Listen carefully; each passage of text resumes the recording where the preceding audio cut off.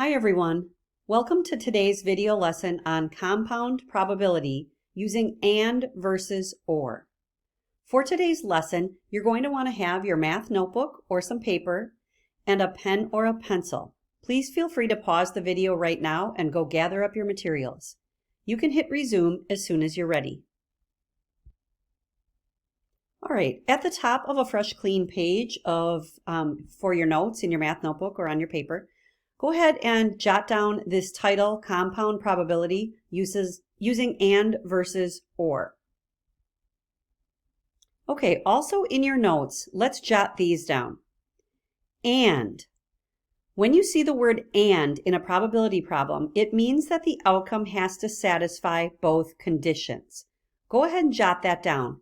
If that doesn't make sense to you right at this moment, don't worry. We're going to take a look at some examples so we can specify exactly what that means and will look like in some problems.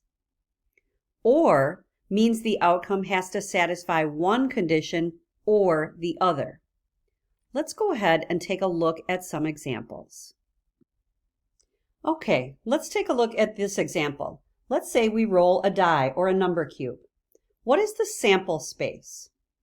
Okay, we know that when we roll a die, the sample space is a list of the things that can happen. So when we roll a die, we can get a 1, a 2, a 3, a 4, a 5, or a 6. Okay?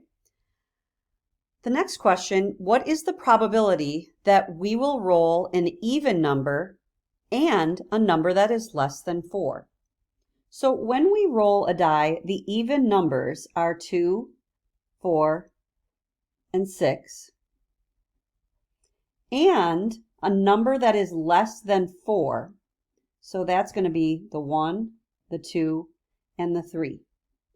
When we're looking at an AND problem, we have to select only the values that will be part of both conditions. So when I look at the first condition of being an even number, I see 2, 4, and 6. The second condition of being a number less than 4 has 1, 2, and 3. The only option that satisfies both of these is the value of 2. That is going to be our only option. So the probability of rolling an even and a number less than 4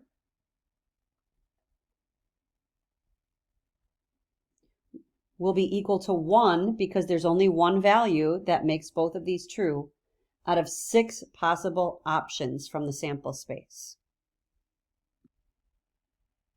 All right, ladies and gentlemen, let's take a look at a slightly different question. This time the question says, what is the probability that we will roll an even number or a number less than 4? So the problem looks exactly the same as what we were just looking at, with the exception of the word OR instead of the word AND. Now remember that an OR has to satisfy one condition or the other. So remember that the first condition is an even number. So those even numbers when we roll a die are 2, 4, and 6. Or a number that is less than 4. So the options of rolling a die and getting something less than 4 are 1, 2, and 3. Now when we say OR, remember that it has to satisfy one condition or the other. So that means that all of these will be a part of our options. So I like to list them in order numerically, so least to greatest. My smallest number is over here from the numbers less than 4, that's 1. 2 is in both, so I'll definitely list that. 3 is over here, 4 is over here, and 6 is over here on the left. That means that the OR possibilities, there will always be more of them. I like to remember it this way because it rhymes. OR means more options. So the probability of getting an even or less than 4, there are 1, 2, 3, 4, 5 ways that can happen out of 6 possible things that can happen altogether. So OR is going to be a complete list of everything that satisfies one of the conditions or the other. All right, ladies and gentlemen, we're going to take a look at another problem here. We're going to be looking at the compound event of spinning two spinners. I'm going to call them spinner A and spinner B. At this time, I would love to have you pause your video, and I'd like you to make some kind of representation that will show all the possible outcomes. So some of the options that you've learned about are you could make an array, you could make a tree diagram, or you could make some kind of organized list of all the possible outcomes. So please pause the video and go ahead and make your representation. As soon as you're ready, you can go ahead and hit resume. Okay, ladies and gentlemen, here is an example of what an array for this compound event could look like. And you can see we've just listed that if you got a 1 on spinner A and a 1 on spinner B, your option would be 1, then a 1. If you got a 2 on spinner A and then a 1 on spinner B, your option, outcome would be listed as 2, 1. Okay, so if you're an array kind of person, take a look at this, and in just a second, I'm going to show you what a tree diagram would look like if you prefer that method. All right, ladies and gentlemen, if you are a tree diagram fan, here's my tree diagram for the same exact compound event. Spinner A with the 4 sections and spinner B with the 3 sections. And then we have the same exact outcomes using the tree diagram. Now, if you're an organized list kind of a person, your organized list is probably going to look like the possible outcomes that are shown.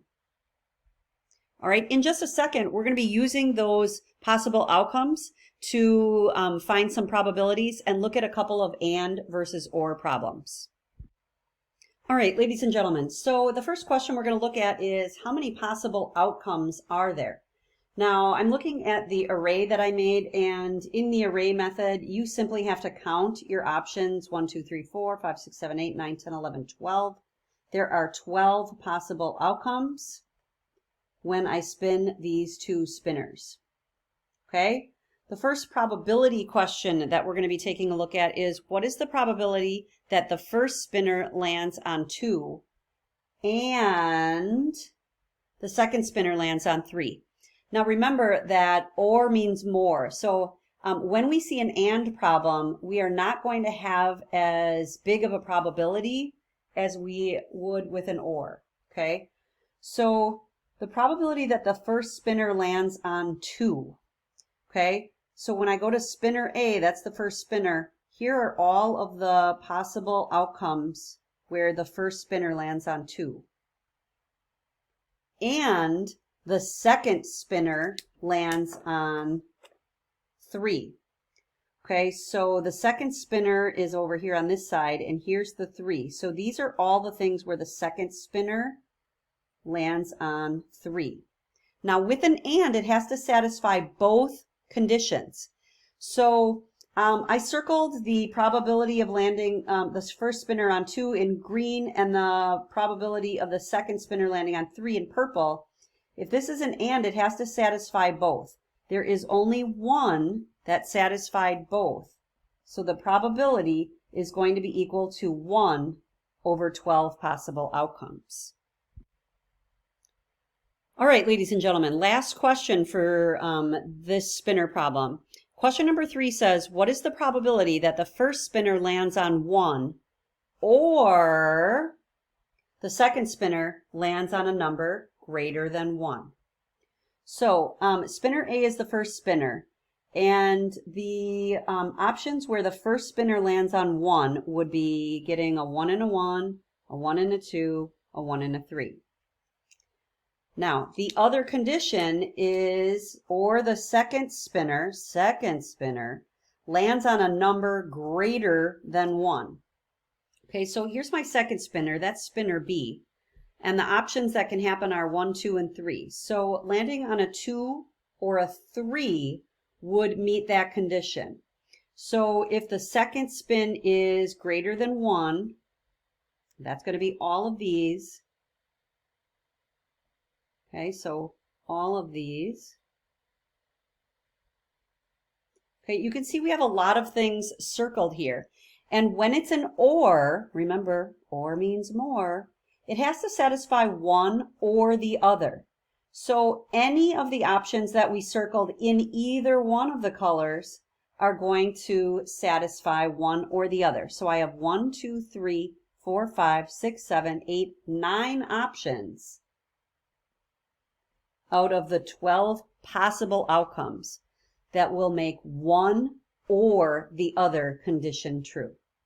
Now I can simplify this. I can divide both of these guys by 3, which means that this probability is equal to 3/4.